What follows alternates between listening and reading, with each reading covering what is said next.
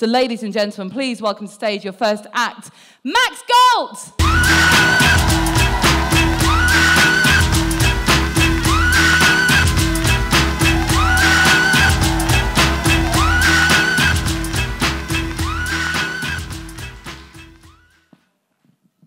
I love my cat, Jerry, but I think recently I may have mistreated him. A couple of weeks ago, he was feeling a bit under the weather, so I took him to the vet. Now, I love my cat, but I didn't want to spend a fortune on the vet. After all, a new cat only cost 100 quid. So if he'd suffered any serious structural damage, I love him, but he is getting written the fuck off. So it's in his interest to go to the cheapest vets, right? And that's what I do. Sure enough, I turn up. There's corrugated iron bars on the windows, paint flaking off the door, an aging graffiti cock spray painted on the wall. And I thought, this is the place for us. I bundled in and I go up to reception. The first thing I see, there's free mini eggs on the desk. And I don't know about you, but I cannot help myself when there are free treats. The receptionist guy, he's looking the other way. It's the perfect opportunity. So I immediately begin stuffing these snacks into my mouth, beginning the process of foie gras-ing my body. The only animal to ever enjoy that. And he begins to turn around, so I choke the last one down. And he looks at the half-empty bowl and he says, that's funny, the dog laxatives have been popular today. And I honestly thought he was messing with me until 40 minutes later, on the drive home, I literally shit myself. You know how you can normally judge a venue by the quality of its customers? Well, back in the waiting room, it was like show and tell on the car show. Here's Mandy, and she's brought in her favourite pet, Pat, who's been throwing up for days after eating Mandy's crack stash. And here's Frank, the sad old man that believes the ghost of his dead wife, Beatrice, inhabits the body of his black cat. And I thought, wait a minute, I recognise her from somewhere, but I just couldn't put my finger on where from. And then it came to me. I'm a newly single guy, and I have forayed into the world of online dating, desperately racing England to be the first one to leave the single market. And one of these apps is called Bumble. I don't know if any of you have used it. How it works is basically you swipe through photos and say whether you're interested or not interested, and they do the same thing. And if you both like the photos, then a chat opens and you can speak to each other. And a couple of weeks before I go to the vets, I get a message. It's from a girl. I know what you're thinking. With a voice like bred in Leicester, he must be gay, but I'm not. It has caused its problems, though, over the years. I'm probably the only person on planet Earth to have to come in to their parents. but back in the... but I get a message from this girl, Claire, and it says, hey, I'm just looking for someone to be my big spoon. Will it be you?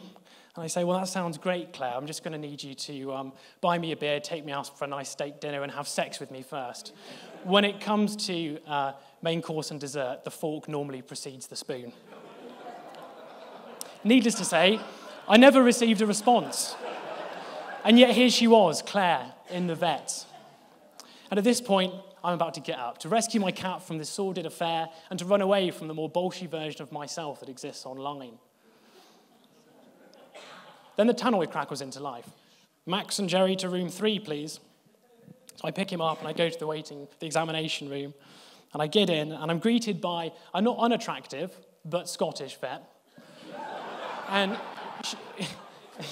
she says to me in a typical no-nonsense way, she says, right, what's wrong with your pussy? I bite my lip. And I say, he's just got a bit of discharge coming out of his right eye. And she says, right, a bit of puss. At this point, I'm convinced she's flirting with me.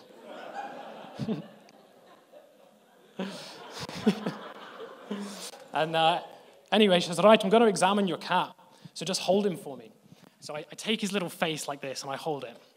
And she places one hand on his back, and with the other fumbles around in the desk drawer, pulling out what I can only describe as an unnecessarily long thermometer.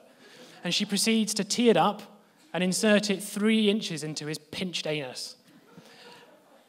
And me and my cat are looking at each other, and he does not speak English. But I see a lot of questions flying across his face. You know, Max, we never normally do this. Not in public. And I've known you for 3 years, and I never knew you were a priest. But she's nonchalantly molesting my cat, and I'm stood there relatively awkward. But she's quite hot, right? So I want to say something, anything to break the silence. And I said something which, in the circumstances, I should not have said, right? And sometimes when you can revisit moments and create a fantasy of yourself saying something better than the thing you actually said, well, this was the opposite of that. I don't think if I had a year that I could come up with something worse than what I actually said, right? So as she's there with my cat, I said, I don't know about you, but this is the weirdest threesome I've ever been in. Nothing. Not even the wryest flicker of a smile from this woman who had said pussy twice in the space of 10 seconds. Reason, it was me that left the vet with my tail between my legs. Thank you very much. Thank you very much.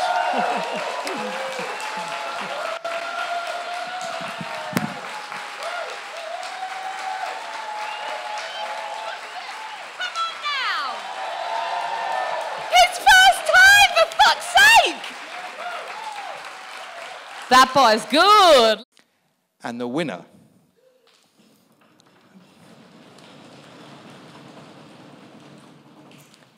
is Max Galt.